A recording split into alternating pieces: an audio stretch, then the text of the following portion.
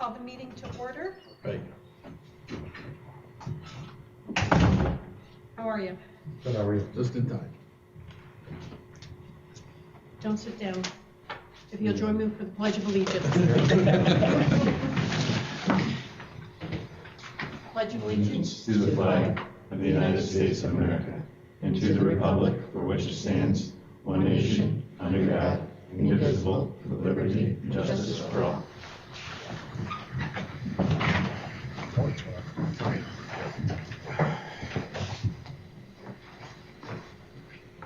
Good evening. Okay. Good evening.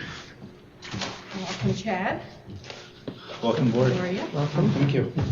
Got stuck behind all the summer tire club drivers on the way to town. We were talking about that. Hopefully literally not stuck. You really. So aren't you glad that you're not one of those now, Paul? You got your snows on, so you're not ready. He's not talking about you. I'll let you get settled in before I Okay. officially welcome you to the Board of Education. Thank you. And I believe, of course, we've all met you, but the supervisors that are in attendance this evening and those that might be watching tonight, this is Chad Hall. New board- Trimble. Or Trimble. Sorry, I apologize, Chad Okay. Trimble. And a new member of the board. And if you would just like to introduce yourselves to individuals? I've met a few of you, and how are you doing? Good, how are you? Good. I've been living in the district for 15, 17 years actually.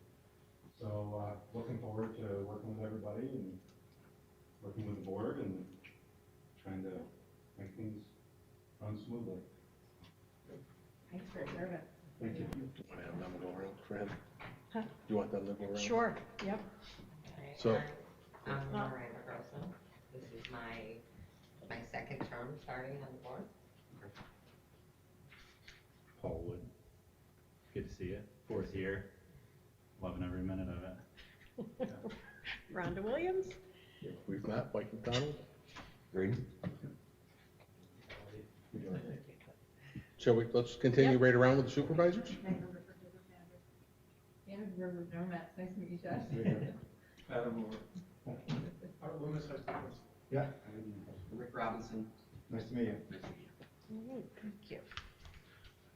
Should we give him a quiz on the orientation book now?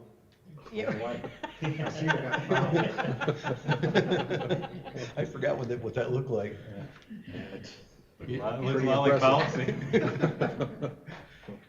That's what I thought it was, is the policy book versus.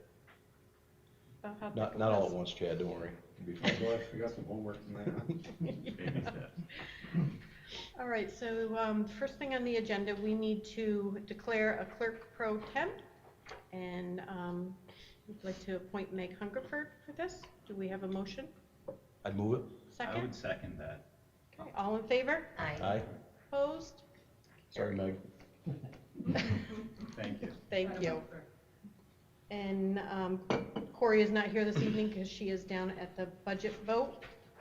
So we hope that if anybody is at home watching and has forgotten to vote, please go down and do so. Capital project. Yes, the cap. It might. It's I'm like okay. just messing It's okay. everything. Chad Trimble, and it's the capital project vote. There you go. Just messing everything up this evening. It's okay. It was my drive-in, let me tell you. Yeah. All right, so we are up to approval of minutes from November 3rd. Do we have a motion to approve them as submitted? I'd motion to approve as submitted. Second? Second. All in favor? Aye. Opposed? Carried. And next we have the approval of the CSE, Cpsc recommendations. If there are no questions or comments on that, do we have a motion to accept them as submitted? I'll make that motion. Second? I second that. All in favor? Aye. Opposed? Carried. All right, and once again, public comment in light of order, Executive Order 202.1, if anyone would like to have public comment, they may do so at the BOE@waltoncsd.org or by calling the district clerk at 607-865-4116, extension 6130. We're up to 4 discussion items. Sorry, I skipped this part, but we already welcomed our newest member, Chad Trimble, to the board. And we have the New York State School Boards Association Annual Conference. It was held remotely this month, actually last month, the end of October. Does anyone have anything that they want to report, or has anyone had a chance to go on there? They did record all of the sessions.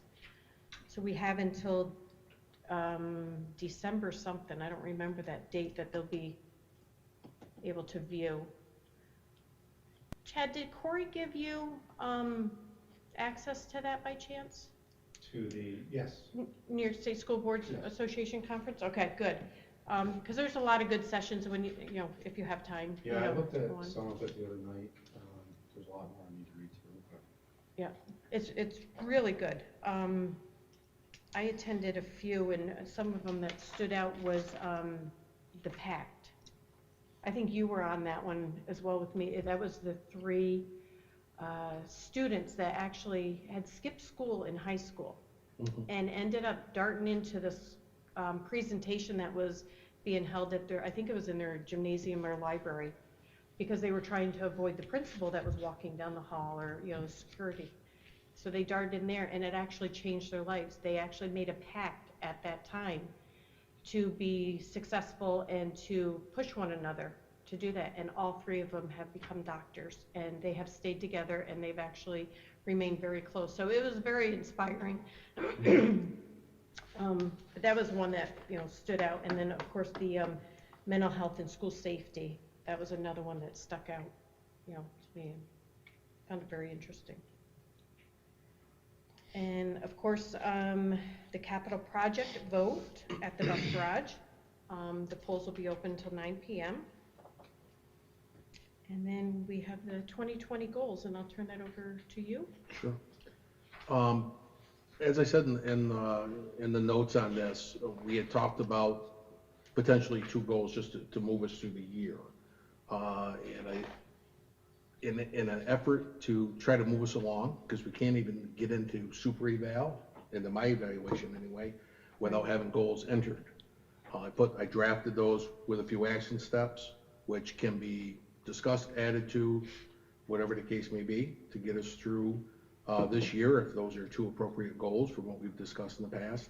Thought it'd be appropriate to discuss it here rather than the retreat, as in conversation with Bob, our attorney. He had said the retreat with the webinar and with the educational portion, completely appropriate. Goals should really be discussed in the board meeting itself. So that's one of the reasons why I pushed it back here.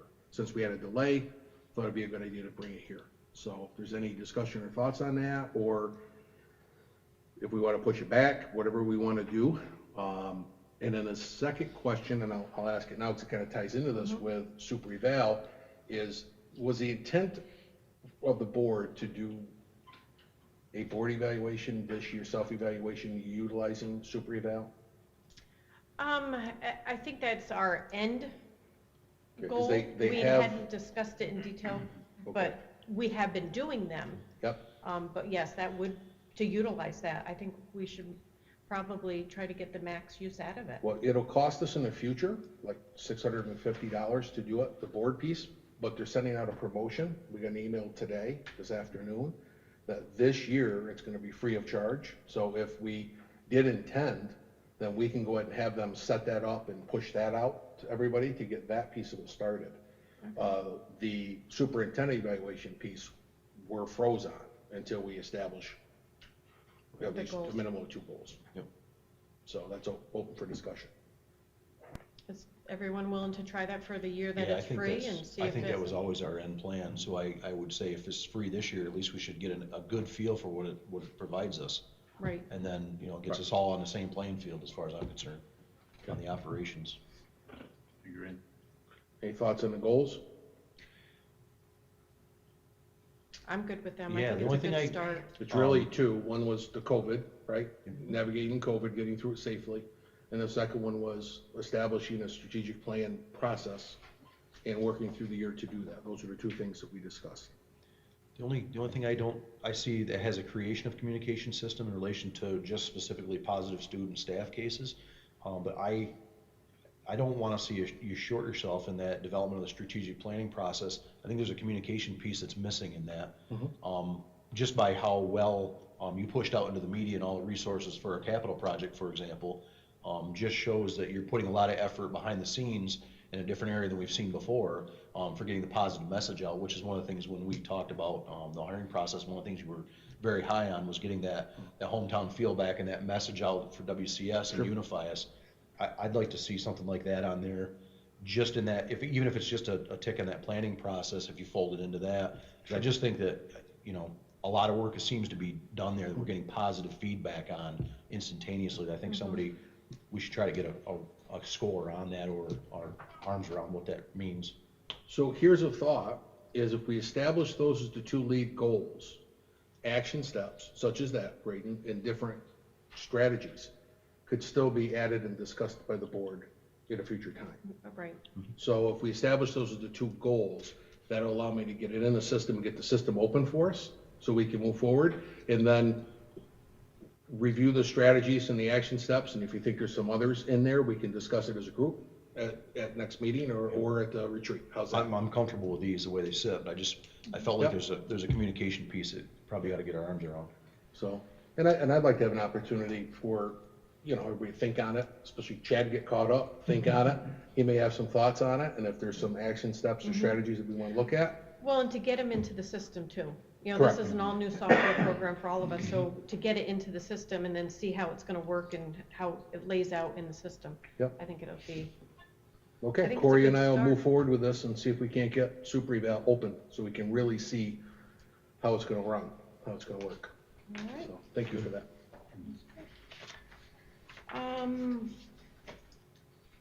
Let's see, we had correspondence. If everybody had a chance to read the response letter from Assemblyman Cliff Crouch. No surprise there. Additions to the agenda, I don't believe there are any at this time. It's not in my book. And then we have the consent agenda, number 7, the financial reports, transfer of funds, personnel resignation / retirement, personnel unpaid leave of absence. And that was it, that's a short. Do we have any concerns, comments?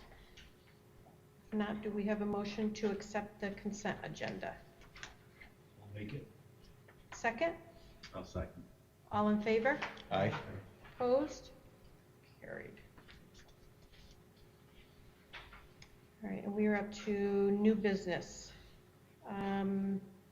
We have donation 62 masks from Joanne Pomeroy to the middle / high school students and staff. Do we have a motion to accept that donation? Make the motion. Second, I'll second. all in favor? Aye. Opposed? Carried. It was very nice of her to make them. We have the approval of the tax collector's report. And I believe all of us have to sign this, correct, Meg? All the board members have to sign Do it? you have a copy that you can all sign? Yes. Yes. Thank you. So this report is broke down by the towns within the school district. And do we have a motion to accept the treasurer or tax collector's report as submitted? I'll move that. Second, Second. all in favor? Aye. Opposed? Carried. We have a personnel appointment for Alicia Van Buren for food service helper. Do we have a motion to accept that appointment? I'll make it. Second, I'll second. all in favor? Aye. Opposed? Carried. Right, and we are up to administrative remarks. We got the three principals, who wants it? I think I went first last time. Okay. So good evening, everybody. Triple A. Good evening. I'll start tonight by talking to you about, on October 21st, I held a virtual question and answer session with the class of 2021 parents and students. And just to keep that conversation going, because when we think about the class of 2020, we know, they missed out on a large portion of their senior year. Class of 2021 has potential to lose a lot more than what they lost. So just to keep that conversation going, let everyone know that we're aware of what's going on and just touch base early. Another piece of information we learned last week is that the January regents have been canceled, and that's going to help our students out tremendously who are struggling with the end goal of a regents exam in the hybrid rotation. And the exemptions are being given the same way that they were last spring. Essentially, if you're passing a class, you are going to get a regents exemption for any class that ends in a regents exam. So another thing that does is it gives us an additional week of instruction in January when those regents typically would be. That kind of evens out the third and fourth quarter in our first semester because with that week in the fourth quarter, it makes that fourth quarter extremely short. Now we get some more time for our kids to get instruction, so that's a positive thing from this as well. During our 2-week remote session, our high school teachers and our high school staff did a tremendous job of making a seamless transition. I walked around the building Monday morning and I was expecting to see some issues or anything, but our teachers were right at it teaching and they just took off very, very smooth.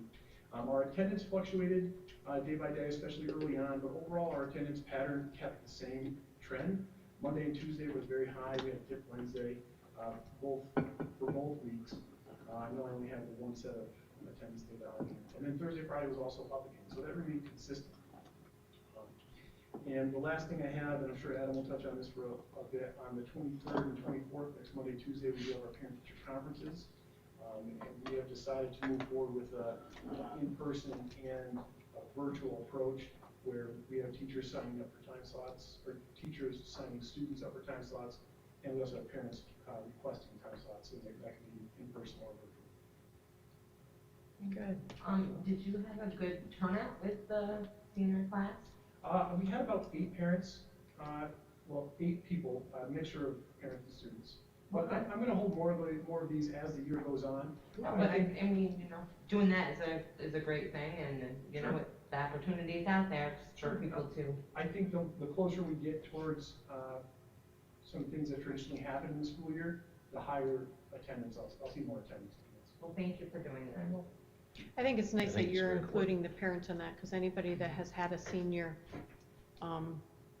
they realize that the parents don't know anything until it's like the night before, that type of thing. So it's nice that you're including them in there so they can, plan ahead. And rolling the ball now. Yep. For potential what could happen. And Sure. So I think that's a great idea. Good job. One of the things that we've been talking about, and I share my experiences in some areas that I should have done better in my early career, and involving those parents in discussions. You take scholarships.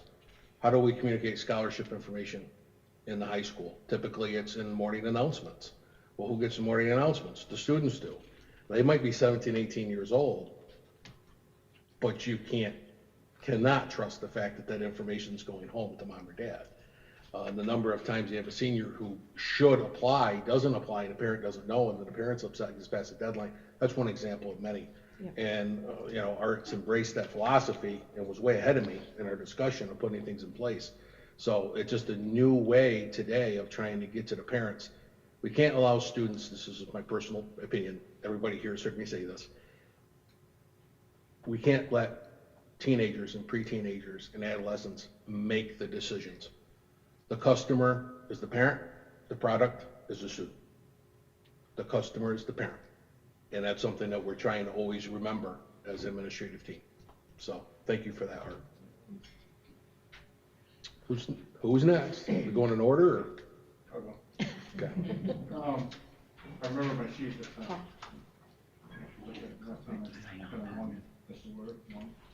I don't have So any in race the middle about school, we had a middle school spirit week that the middle school student council came up with and different days. So the kids were there for, 2 of the days and the sixth graders for 4.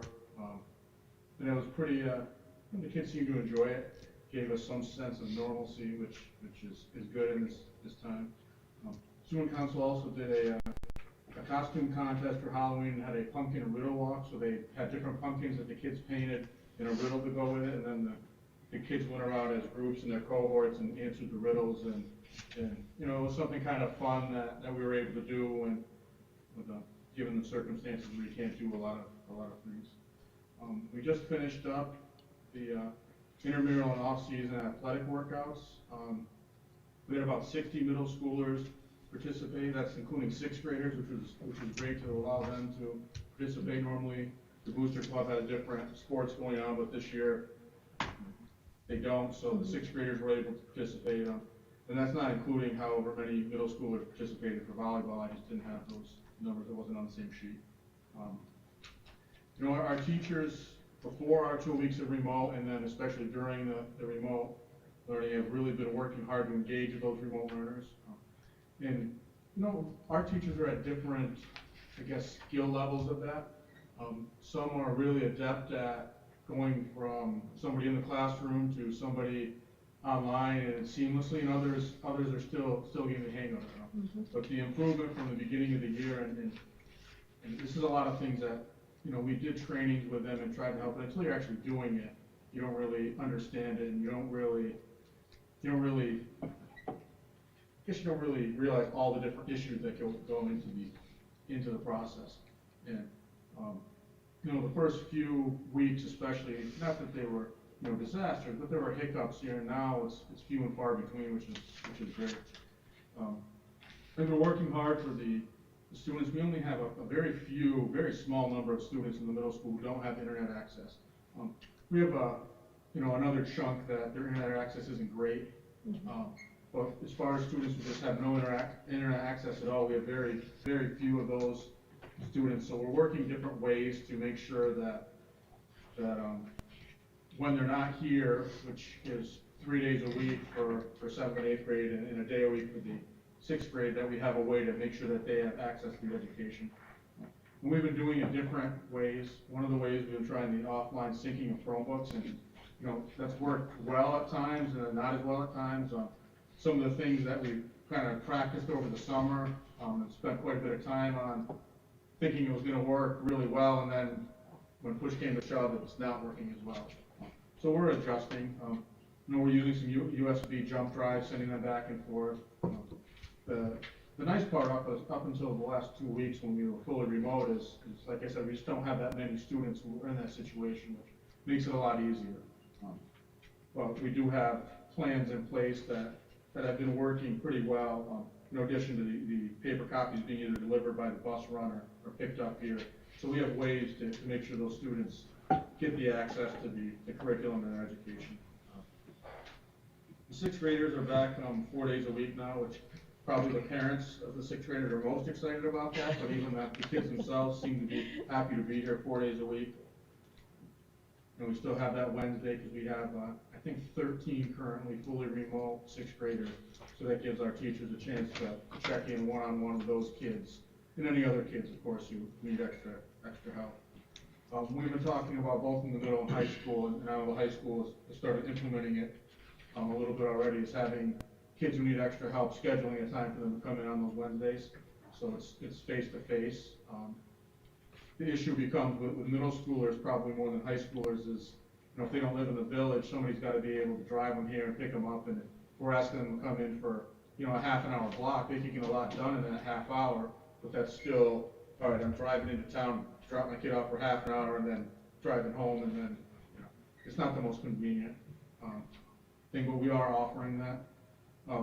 We're moving forward a little bit at the very beginning phases of this of targeting kids who really need to be here. I mean, all the kids in the middle school need to be here more than 2 days a week. But we're looking at the ones who really need that extra help, and we've talked about different ways to figure that out, whether that's based on how the kids are doing academically or their needs in other areas. And, we want to find a way that's objective, it takes as much subjectivity out of it as possible, but there's no perfect way to do that. And we're trying to figure out a way that's fair. We don't want to say, all right, your kid can come in 4 days a week, but your kid can't, and the reason is because your kid has 3 points lower average. That's not fair to do it that way. So we want to find out a better way. So we're kind of brainstorming, and we're definitely something, especially now with the first quarter in the middle school, and we can see where the kids stand, and we can move from there.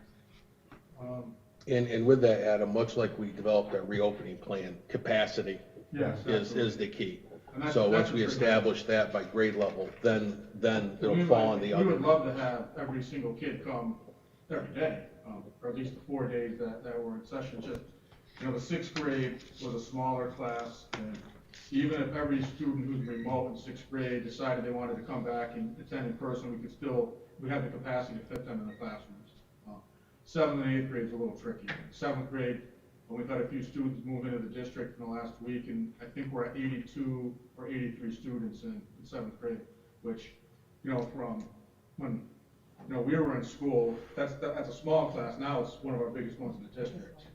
Yeah. So, And capacity, just for the board's information, capacity in most of the classrooms, even in all of them, we just talked about this not too long ago, is approximately 12 to 14. well, we can squeeze them in with a teacher's desk and getting rid of almost everything else, with 15 to 17 in the middle school would not be, they'd be the 6 feet apart, and we'd have the social distancing and everything, but the logistics of whether everything a teacher is gonna need in the classroom can still be in there becomes. So when you So think, realistically, probably 13 or 14, and we have some groups already at that number.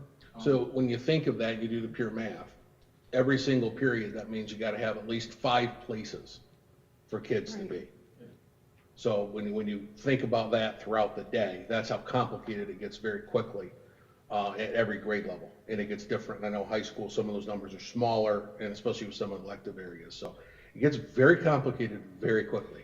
But just It's to not add a simple little as bit more looking at info the with floor that. plan and saying the room's I mean, I like 20 puzzles. by 20, here's what we can fit, because, it's got heaters in it, it's got other things that are permanent fixtures that take up space, and Now, one question I have with that is we have kids that are running Monday, Thursday, Tuesday, Friday, and even their intramural practices and things like that were to run in those same groups to minimize the communication between the 2 distinct groups that were coming up, right? So if you had somebody who was running 4 days a week, Yeah. you could potentially have, contact tracing would be different. right, which I Correct. think, And that's a big piece of It will have some impact. Right. But I will say this, if the last 2 weeks and the number of cases that we had of infected individuals that were on our site, and the fact that we had 0 transmission from any of those individuals on our site with our social distancing and with our masks, I feel more comfortable with us doing some mixing if it's for the benefit of a child who really is not learning. right, So I think it's one of these that we have to do, but we just had a heck of an experiment.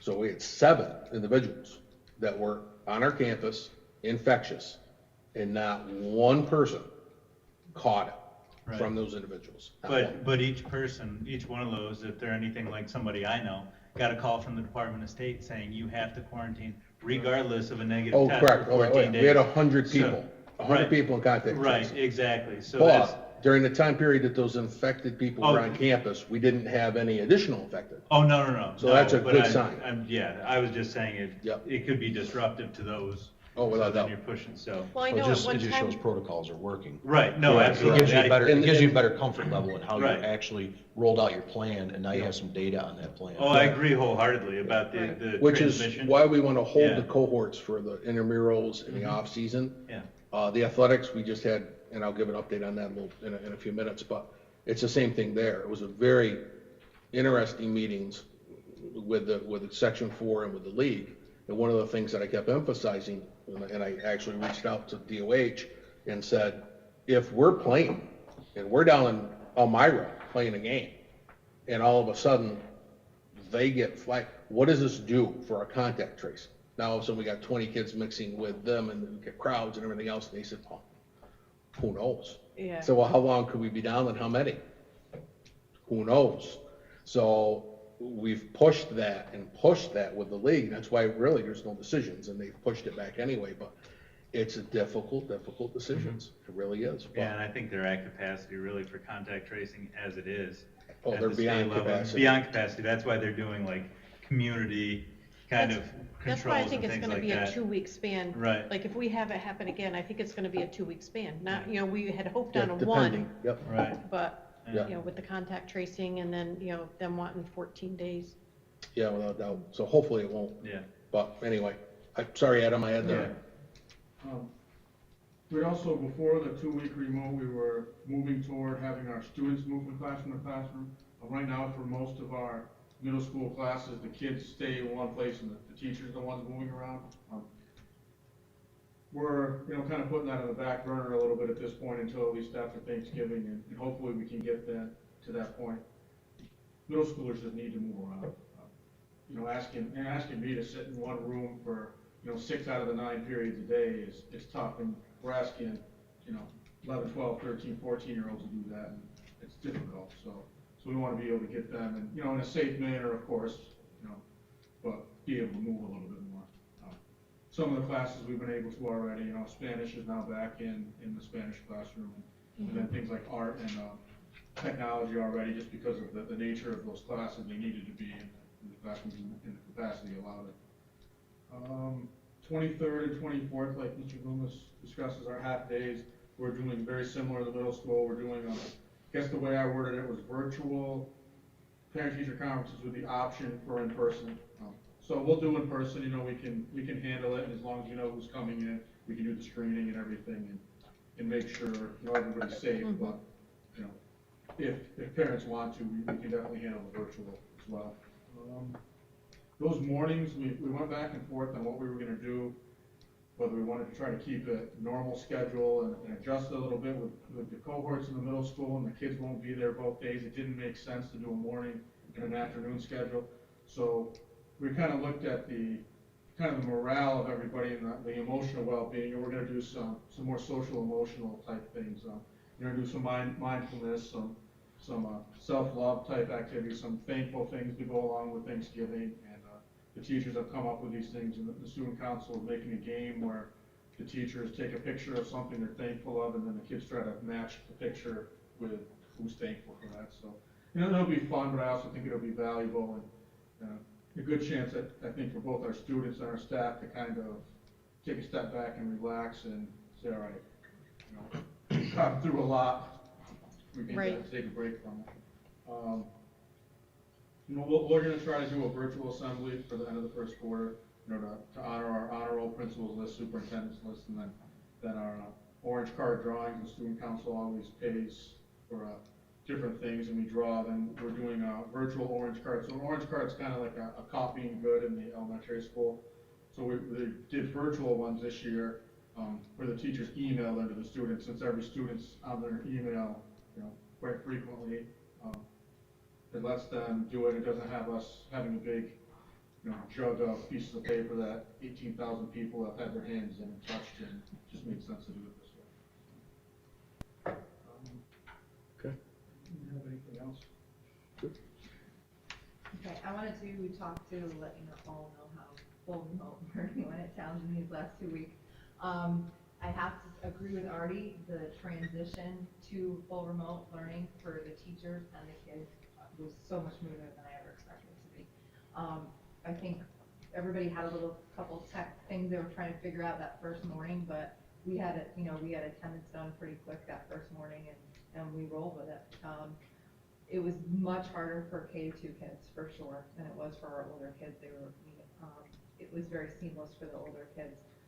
But once a couple days got in, even our kindergartners, our kindergartners were doing it. They were just sitting there and doing it. So we were challenged with how do we figure out how to minimize some of the screen time so they're not on there all day long. So we looked at specials and some things. So we got a good window, and I'm glad it was a short window, to see some of these things that we can troubleshoot if we ever have to do this for a longer time moving forward.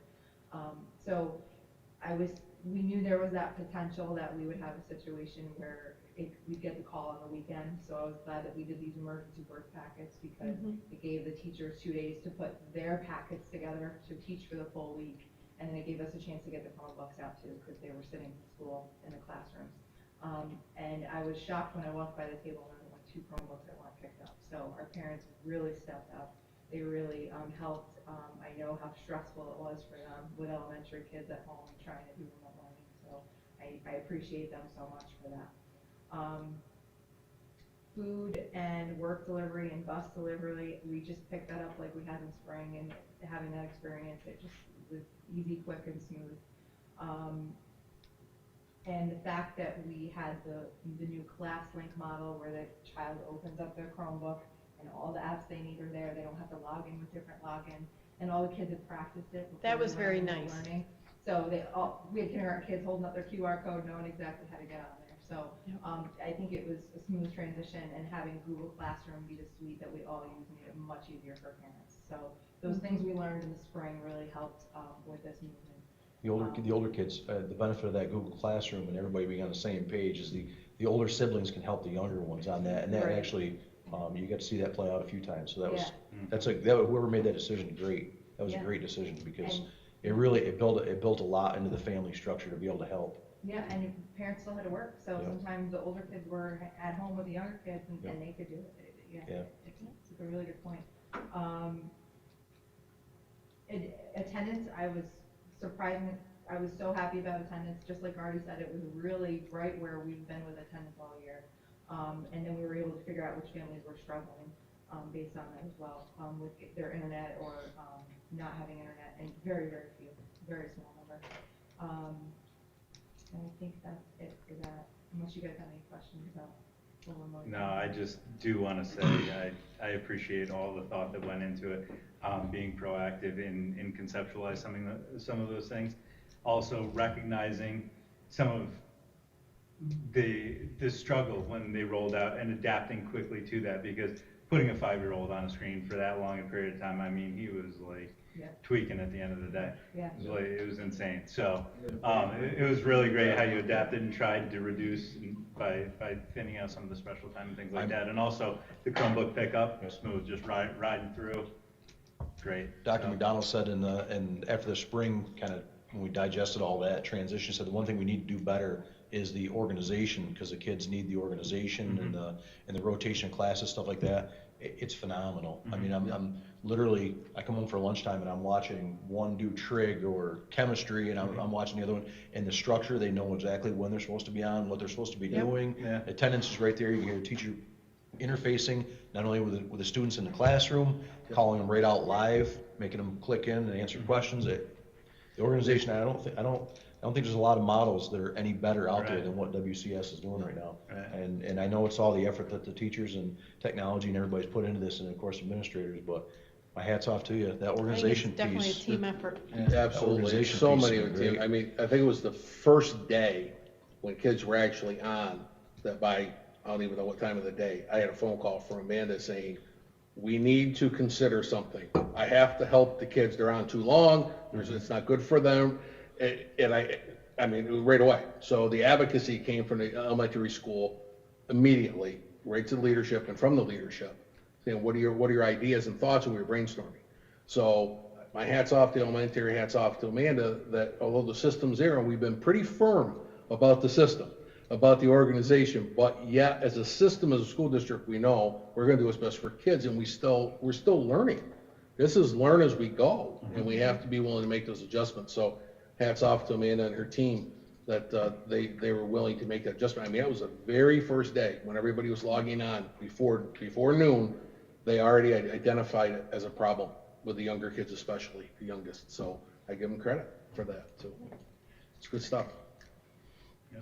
And then just report cards, they're going out end of this week, and parent-teacher conferences, we're doing exactly the same way these guys are, in person or virtual, depending on the preference of the family. The last thing I want to talk about real quick is mental health and stress. So we have connected with Bill Russell, who's the mental health coordinator at these seats, and he's part of the instructional support services bundle, so we can utilize him as needed. And Bill has an extensive background with social work, supervising social workers, working with students in trauma.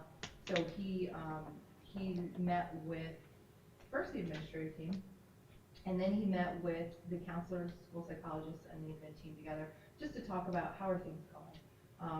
And one of the things he says that I think is just such a clinical perspective on the whole thing, and it's absolutely true, is that we are in a period where there's grief and loss of the way things used to be, from the kids, from parents, from teachers, on how education used to be. And it's really important for us to validate that's something that people are really struggling with. And when grief comes, there comes the stages of grief too. So everybody's in their own space with that. And it's important to be there for each other and support each other, because this is not typical, this is not normal. These levels of stress are not normal by any means. So it was great to have him there, to have his expertise, to talk those things through and talk about struggles that people are having. And then he met with the elementary grade level leaders today as well, to have that kind of same conversation, just to bring it right down to the building level. And really important that people know that we're there to support them. And this is hard, it's not easy. Right. We absolutely still have to do it. And these teachers with the remote learning these last 2 weeks, what a phenomenal job they did. It's unbelievable. But the time that they're putting in is way more than they ever had to before. So it's important that we continue to recognize it and support them through a lot of these stressors. That's it. No, I think that's very good. And when we were talking earlier about the New York State School Board's conference, the sessions, a lot of them focused on mental health and how to handle it, not just at a teacher level, but a parent level, student level, and everybody involved in it. It's affecting everyone. We're all in, like, you see the signs, you see, the notations that, we're all in it together, and we are, but we have to take care of our mental health first and foremost. Go ahead. Before we leave Amanda, she's kind of skipped over number 3, the data team, which I'm not going to make her talk about it. I want to talk about it because this excites me. I'm a data guy anyway, but when we talk about data-driven instructional models, is something that it's been something we strove for years here. And it's difficult to establish it with schedule. It's difficult to establish the understanding and the benefit of it from the instructional avenue as well. Systems building it. Walton has been working on this for at least 2 years, building with multi-tiered system of support and coming through. I know that from my previous role with the work that was going on. And right now with Wednesdays, and I think we've communicated this out before, but in case we haven't, the available aids and monitors that are in the high school, middle school complex shift over to the elementary with a schedule built to free up the elementary teachers who have remote students to touch base with, grade level collaborations, data team models.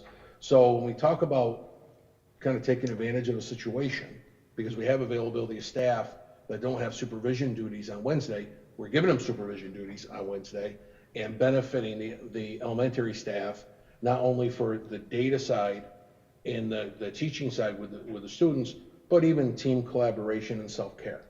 So I'm very proud of the teamwork of the 3 of them, of the 3 principals, and working together to establish that. But this data model, establishing it this year, as Amanda has written here, to get this foundation built without the stress of we're not forcing, pushing, this is them working together as teams, is going to pay dividends for us as a district moving forward. It really is. This is the premier level of education. That you look at your data, you educate, you look at your data, you adjust how you did it, you reteach, you change your teaching methods moving forward. We've never truly gotten there as school districts. The few that have are the top performing schools, and we're heading in that direction. So this should excite us, without a doubt. All of this should excite us, but that should excite us for the future. So I just had to add that. Amanda knows it. This is my this is my speak. When we start talking about data teams and data-informed instruction and all that, that's my world. So I just didn't want to leave that because that's a very important concept.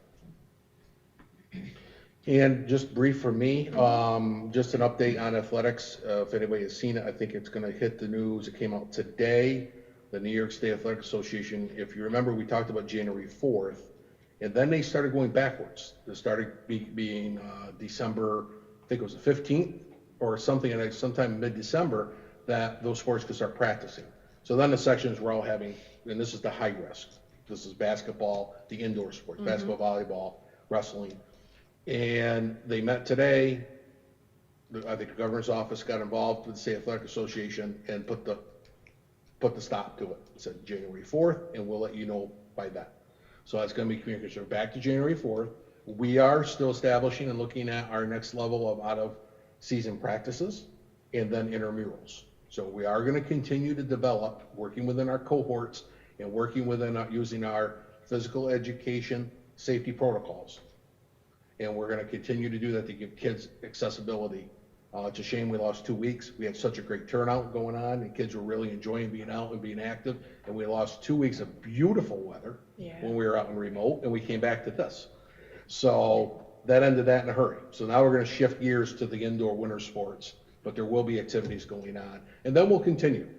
When they push it, if they cancel the winter sports in January, we won't stop developing something for our kids, intramurals, using the safety protocols as appropriate. We'll just keep evolving as we go through the year to make sure our kids are active. Because when we talk about mental health, we talk about social and emotional, we need to have kids moving and have them going that way, especially when we're talking about remote learning and isolating cohorts and all this. We have to get them active. So that's just a quick update on that. Okay. Okay? Thank you. Yep. Okay, there is a need for an executive session for the purpose of discussing a matter relating to the future employment of a particular employee. You do not intend for action afterwards, do you? Okay. So with no action intended after executive session at this time, we'll be entering executive session. So I will ask for a motion to go into executive session as well as adjourn the meeting in one motion. I'll make the motion. Second? Second it. All in favor? Aye. Opposed? Carried. Okay.